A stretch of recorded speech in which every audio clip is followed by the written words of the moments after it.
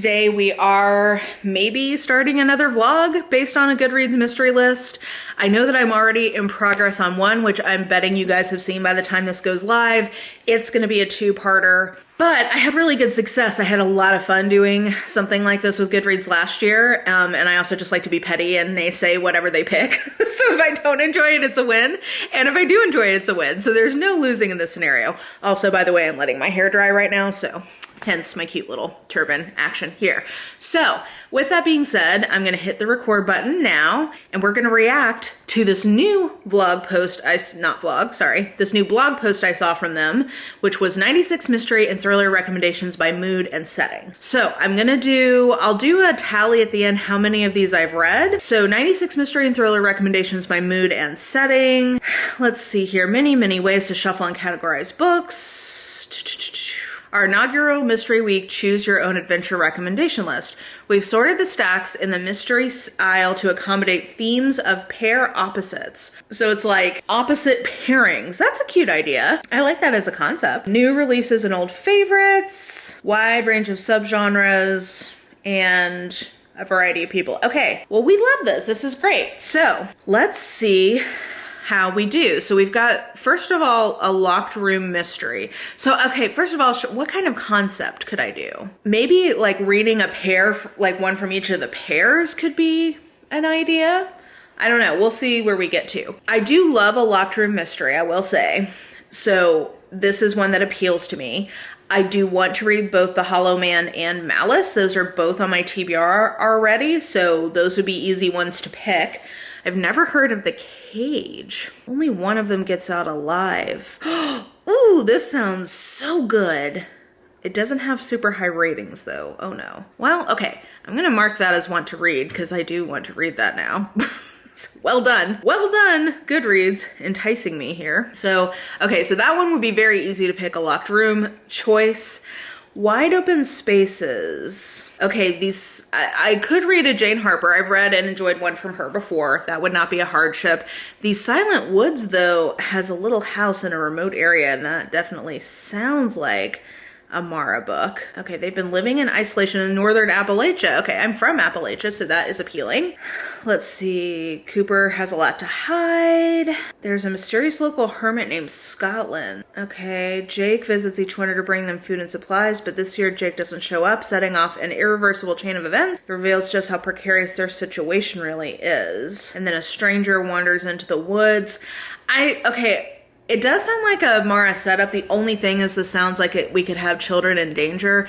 And while, I don't know if this is a good or a bad thing, but while I can deal with children who have already died or who died during the book off page, I do very much struggle with children in peril on page. So that may not, that's why, oh God, what was that one last year that was a big hit? I DNF'd it. I think it was called The Overnight Guest. I DNF'd it because of that. Not because it was bad, I just couldn't deal with it. So, okay, maybe Jane Harper would be the one there. Small Town. I have read 3 of the 4, but the 4th is Jackal, which I have heard fantastic things about. So that would be a very easy one to put, on the list. And actually, I haven't marked that as one to read, but I should, because I have heard so many people recommending it. So, another one with a low, I have to tell you, I do think that thrillers and mysteries tend to have lower ratings than a lot of other genres because people are so picky about what they want from that kind of book. So I'm not going to take that too seriously. Anything over a 3.5 for a mystery or thriller I think is pretty solid. So I have it as one to read. Okay, so that would be my pick for Small Town. And then for, oh wait, these are also Small Town. The Hunter I have heard interesting things about, but you know, man, I've actually not read nearly as many of these as I thought I might have. Okay, Big City. Now LA Confidential might be an interesting one to do, because I've heard really, I mean, it's a classic, right? Like, and I think I saw the movie back in the day. So that might actually be an interesting one to do. I don't think I've ever read anything from James Elroy before. So that kind of entices me with that. And then the Verifiers. An amateur sleuth. Okay, I do like an amateur sleuth. She's been stealth recruited by Veracity, a referrals only online dating detective agency. Ooh, okay. I think that actually sounds kind of great. It seems like it's kind of meta. Yeah, lifelong mystery reader who wrote her senior thesis on Jane Austen. Claudia believes she's landed her ideal dream job. So yeah, I could see that being a hit for me. So that might be what I would pick. Either that or LA Confidential, I think. In the Air. When I tell you that Goodreads is dying for me to read The Last Flight and Falling by TJ Newman. I feel like they are in every single one of these lists. And now just like out of pique, I'm not going to read them. You can't make me Goodreads. I have read several of these at sea ones. I do tend to like the at sea thing. The other one is by Sherry Thomas, who is an author I've read and enjoyed previously, but so maybe I would skip In the Air and At Sea. Work could be a good one. I have heard, so I've heard very divisive things about The Other Black Girl, like things that make me not want to read it based on hearing reviews from Black women book reviewers.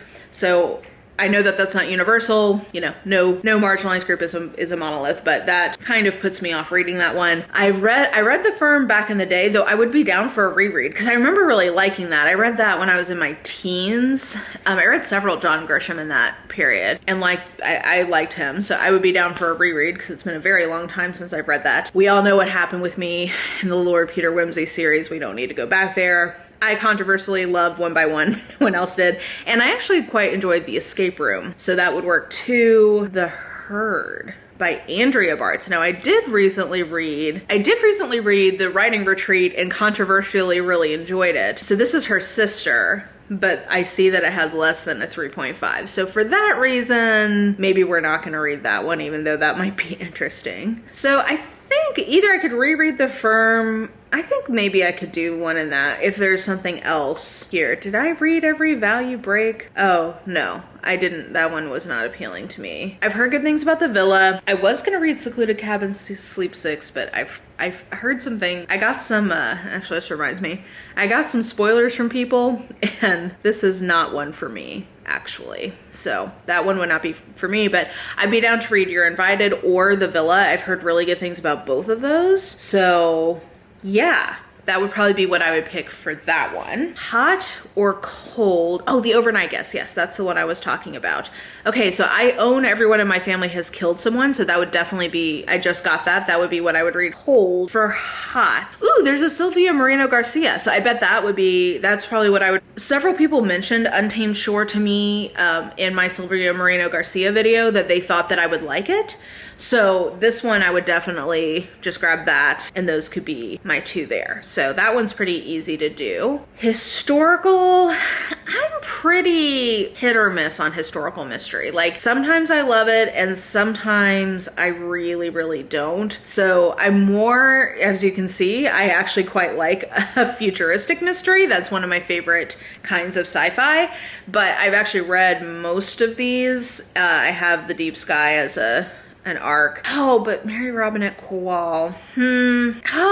I do like Wanda Morris. I enjoyed the book I read from her. Okay, so maybe. I'll put the historical or far future as a maybe. Possibly is one that I could do. Then we have amateur detective versus professional. I'm reading I Have Some Questions for You for the other Goodreads vlog I'm doing right now. And I don't see anything in the professionals that's really calling out to me because I would be open to reading Vera Wong's, that one, but I think I'm gonna skip this one because none of these really call. I have had Walter Mosley recommended to me a lot. Okay, maybe this will put as another possible, depending on how long this overall TBR ends up being. I've surprisingly read several church ones. Oh, okay, but there's two on here that really are popping out to me. So one is, I've been meaning to try the Brother Cadfael series from Ellis Peters. That's one I've meant to try for quite some time. The other thing is this Scorched Grace one. I am really into the concept of this. It's like it's a chain-smoking, heavily tattooed queer nun puts her amateur sleuthing skills to the test in this debut. Doesn't that sound really fun?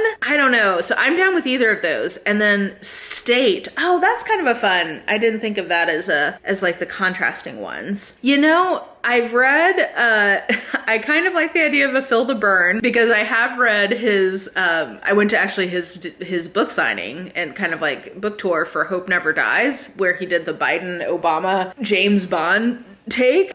And I do kind of love who knew fighting for a living wage can be so deadly. That's kind of amazing. The other thing that pops out to me here is Tinker Tailor Soldier Spy. So actually because I've always meant to try John le Carré. I've never tried him. So there's 2 on this and 2 in this that are interesting to me. So maybe I'll double up on the church and state one. Okay, and that's the end. Okay, so there's actually quite a bit in here that's appealing to me. There's far more of these I haven't read than I would have expected. So let me come back to you guys with my thoughts about what I'm gonna read, because I do like the idea of doing a vlog based on this. So I don't know what I'm gonna pick yet. You'll know when I do.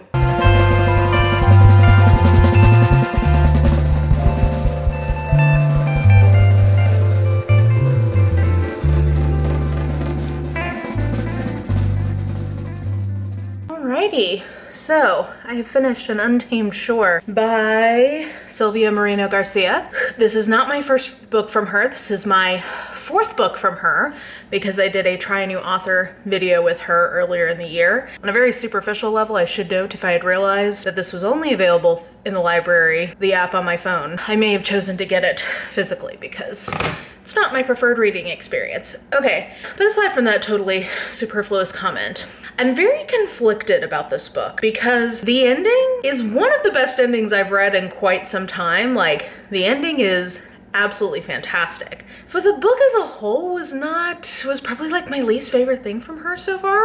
Yeah, so it's a noir, which caveat is not really my favorite mystery or thriller kind of genre. Well, I say mystery. It's definitely not a mystery. It's a thriller, and I would say it's like a suspense maybe. Let's call it a suspense of the noir type. It's about a young woman named Vivaridiana, I think is her name. If I'm remembering that rightly, please forgive me if I said that incorrectly. And she is living in this fishing village in Baja California. Their biggest trade is sharks and like wheeling and dealing for shark skins.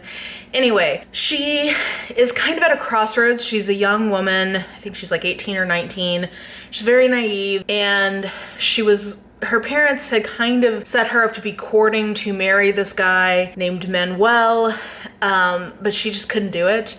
And so now she's like trying to make money as a tour guide, but she gets this job for this couple. You know, if you've ever seen a noir suspensey kind of movie, like, I don't know, Postman Always Rings Twice, or I guess like maybe kind of The Maltese Falcon, it's that vibe. Like a Philip Marlowe, Dashiell Hammett, noir mid-century movie, that's the tone. While it was beautifully written, it was just so slow, and I just was not that engaged with it for most of the book. So I don't know, I was like coming towards the end of it being like, am I gonna give this 2 or 2.5 stars? I feel really bad because the writing is great, but I'm just not that into this as a story. But like I said, I love the way that it ended. So I would give that like a 4-star. So I think I'll probably land at like a 3. This is not my kind of mystery suspense thriller. I struggle with noir. The tone, it's just not something I really enjoy. That sort of like faux gritty realism I find kind of pretentious and annoying usually. So it just wasn't for me, I don't think, but I can certainly respect it as a piece of art. And if you are more into that tone, I'd certainly recommend this, because like I said, I think it lands the ending really, really well. And I think the ending supports the thematic content really nicely. So yeah, we'll end up with 3 stars, but with a lot of mixed emotions about those 3 stars, I guess. Good morning. I finished a book last night. Everyone in my family has killed someone by Benjamin Stevenson. This is such a fun book and such a Mara book. It is, okay, so it is an actual mystery. Guys, so excited. Whenever we have these big books that are actually mysteries, it's just such a thrill.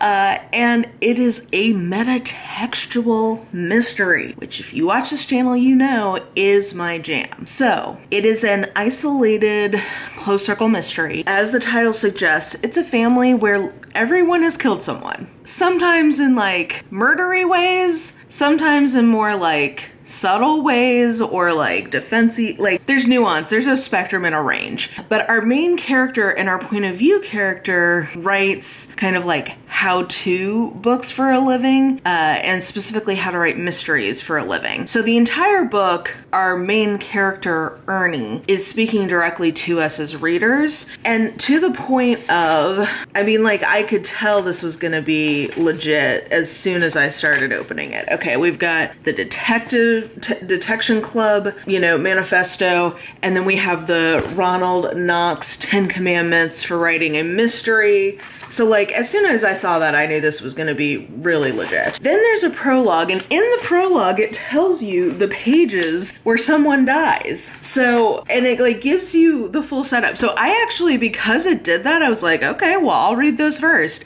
And actually, I really liked doing that because then it created like all these questions about like, well, who is this Sophia person? And who is, you know, Aaron? And who are the, like, what's going on? So he speaks directly to us throughout the book. It's very meta, and I really enjoyed that. I will say the writing, I think, it feels like a debut. I'm not sure if it's an actual debut. It reads like one in terms of the flow and quality of the writing, which took me out of the story a few times, unfortunately. So this is an extremely strong 4-star for me, verging to 4.5. We'll see. If it sticks with me, I may bump it up. But yeah, I thought that this was fantastic. Really enjoyed this. And so I would definitely say that for the hot versus cold round, you gotta give it to the cold, because it's set like they're snowed in this retreat. So yeah, this was so fun. I wasn't sure what I was gonna think about this, because on paper it seemed like such a me book. I wasn't sure if it was gonna live up to that hype, but for me, it definitely did. So big success.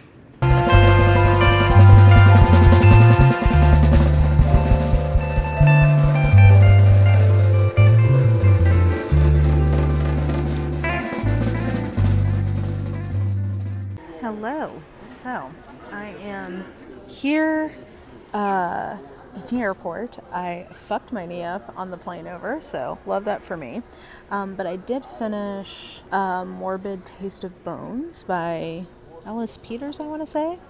Also, side note, LaGuardia got so much nicer since the last time I was here. But okay, so I finished A Morbid Taste of Bones. I really, really enjoyed it. One of my favorite things I've read in the last couple of months. I always knew I was going to like it, but what I enjoy about it is that it is cozy, but not twee, which you guys know is my thing. And it's got like really nice writing, actually, like kind of more formal than I was expecting. So anyway, the setup is it's a long-running series, and the main character is a crusader, a Welsh crusader who came back from the Crusades and joined a monastery, and he loves like tending his vegetables and stuff. And the inciting incident, let's say, is that there's one of the brothers has basically an epileptic fit. There's like a vision from Saint Winifred of like how to heal him. He goes and does that, and then he's healed. And so they want to reinter Winifred in the monastery, and they need to go ask the king's permission. So Brother Cathal, our main character, goes along to be the translator, and things ensue from there. It's just like really well written. It's cozy-ish. It's a historical mystery, and it's just really well done. So right now I want to give it like 4.5 stars. We'll see. So that was my church pick. Next is The State. So I have Feel the Burn in my carry-on, which I should probably fish out here. Yeah, so we'll see how I do with that one. That one is up next, but I had a good time in New York, aside from, I guess I should tell you guys, I've been in New York, and that was my, like, travel read. I was here for my cousin's graduation, but I had a good time aside from my knee getting messed up, and yeah, onwards and upwards. Okay, so we finished Feel the Burn by Andrew Schaefer. Now, I have actually been to an author event for Andrew Schaefer when his first book of this ilk came out, which was, oh gosh, Hope Never Dies. What is it called? Yeah, Hope Never Dies. It was a Biden-Obama mystery that was like a spoof on a James Bond action-adventure kind of thing, where Biden was a spoof on sort of like a noir mystery kind of thing, where Obama was the femme fatale to It's like investigator. And that was really fun, but it was very cheeky and, you know, just cute. That was, I think, I was in Nashville, so like probably 2018, 2019. So this is a new version of that same kind of project from this author where Bernie Sanders is in a cozy murder mystery. Like, he and his intern Crash are trying to solve a small town murder mystery in Vermont. He has like this overweening love of maple syrup that's very, like, it's very cutesy and like very tongue-in-cheek. It's meant to be silly and kind of, you know, taking the piss out of something. Like, it's meant to be cute. It's satirizing the cozy mystery genre in a way that actually made the cozy palatable to me. So I guess kind of for that reason, like, I did enjoy that bit. I thought that like some of the political commentary was funny.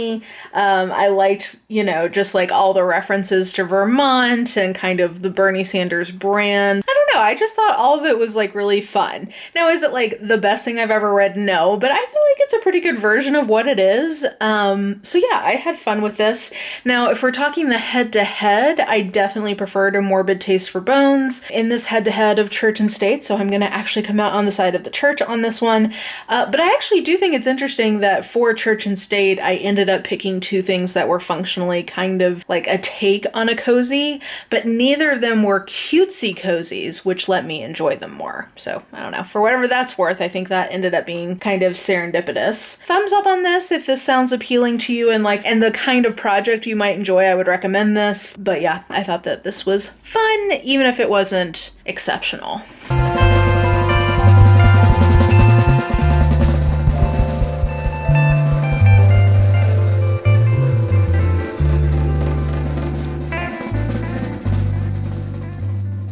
Alrighty, just finished Jackal, and yeah, I've got mixed feelings. So for most of this book, I was loving it.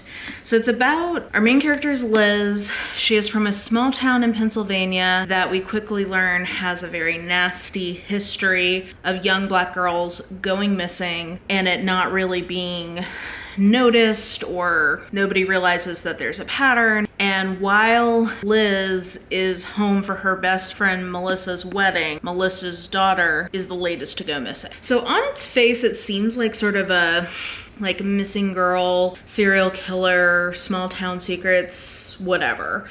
But I really like the writing in this. I think the writing is lovely. There's also these like little interstitials with each of the missing girls that I think are really well executed and a good way to do kind of like flashbacks, but in a way that doesn't feel like a flashback. It feels almost like a little mini short story within the bigger text. So, you know, it was a way to get what I think a lot of people like from a dual timeline without doing the dual timeline. However, this makes a capital C choice at the end that I personally did not enjoy, and I think really undermines the book as a whole, sadly. So I don't really know, like, I was kind of thinking 4 stars, but I certainly couldn't give it any more than 3.5, because the ending, I think, is not only tonally out of step with the rest of the book. I'm debating how much to tell you about what that is. I think I shouldn't even go there because I don't want to spoil anything, but it's very tonally disjointed in my opinion, and it, in my opinion, undermines some of the themes as I understand them. But that being said, maybe I'm just not understanding the themes, or I'm getting different themes that the author didn't intend. So I don't know. For me, it both doesn't work. It doesn't work on a plot level, it doesn't work on a mood, tone, setting level, and it also doesn't work on a theme level. So for me, the ending is kind of a failure, and it kind of makes me sad that, I don't know, it just makes me think less of the rest of the book in some ways. But this is a debut. So you know what? Because it's a debut, I'm gonna give it 3.5 stars, because the rest of it I thought was really well done and is exploring those kind of issues around missing and violently harmed Black girls, I think, in a way that's really interesting. I think Liz's relationship to her white best friend is very interesting, and her Haitian mother. Like, I think that there's a lot of layers happening in this that were really well executed, particularly for a debut. So let's give it a 3.5. So bummed about that ending, because I really wish that that wasn't there, but you know, I wasn't in the editing process, so too late for that. Yeah, okay, so then we just have one book left. Yay. Okay guys, I have tried and failed to get traction on this 3 times now. I keep trying to read it and keep just like not getting any momentum. So I think that that kind of says that it's a DNF because I just can't get into it. I don't know. So it's like a mystery or a thriller kind of about this detective agency for people who are on dating apps. I don't know. The writing is fine. Everything's fine. I just can't get into it. I'm kind of bored. So I'm gonna call this a DNF, which means even though I had some mixed feelings about it in some ways, I'm gonna give Jackal the win for rural versus urban. So rural takes it.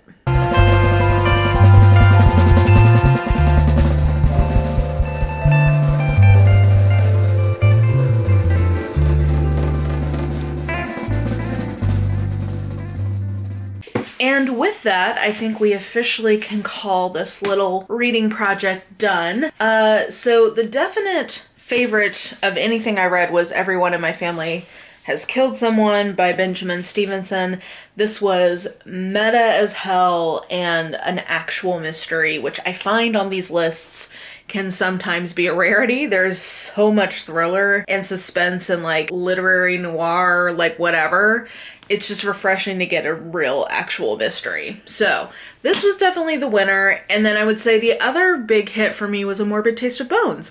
I'm very excited that I have that now to kind of start reading through. I've added it to my series in progress list because I definitely want to read more in that series, which has been recommended to me since I was a literal teenager. And also it makes me, just as a side note, it makes me realize that maybe I just am somebody who likes non-modern cozy, because I think that there was a tipping point sometime in like the 2000s where cozy mysteries just became so cutesy that it's just not the vibe I want. But I really enjoyed this version of sort of a, you know, small community cozy-ish kind of mystery where there's going to be recurring characters. And then like, I'm obsessed with the Cat Who books from Lillian Jackson Braun, which started in the 60s. A Morbid Taste for Bones, I think, was published in the 70s. So maybe the answer is I just need to stick to older cozies. Anyway, side note. And then I would say number 3, even though I did have problems with the ending, is Jackal, because up until then, I thought I was going to give a 4-star to.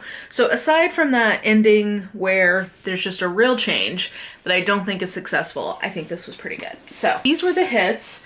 Definitely my favorite of the ones that lost is Feel the Burn, and this is another cozy. I did think that that was a fun kind of accident, that I ended up having 2 cozies in the same category, and this I think worked for me because it has that tongue-in-cheek element that kept it from being cutesy, or if there were cutesy elements, it was in service of sort of that kind of satirical take. So yeah, I thought this was fun. Untamed Shore is beautifully written, but just not my kind of book, but the ending was incredible. So kind of the opposite of Jackal, now that I'm thinking about it. Loved the ending, but overall probably my least favorite Sylvia Morena Garcia. But not because of the strength of the book, just based on my own personal genre tastes.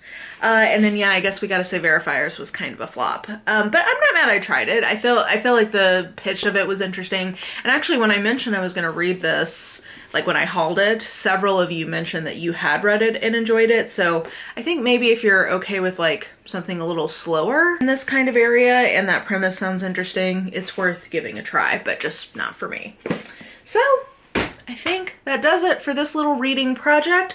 Let me know what you thought about any of the books that we went over. Let me know if there were any books that I didn't end up reading that you think that I should read. And yeah, I think that will do it for me. So if you enjoyed this video, please like, subscribe, follow me on the social medias if you are so inclined. I have all that information listed in the description box below. If you want to know when I'm posting a video, hit the notification bell because I'm not on necessarily a regular schedule anymore, and I'm trying to be better about going live more often, so hit the notification bell so you know when that happens. And yeah, I think that does it for me. Thank you so much for watching. I hope you're having an absolutely lovely day, and I will just talk to you soon.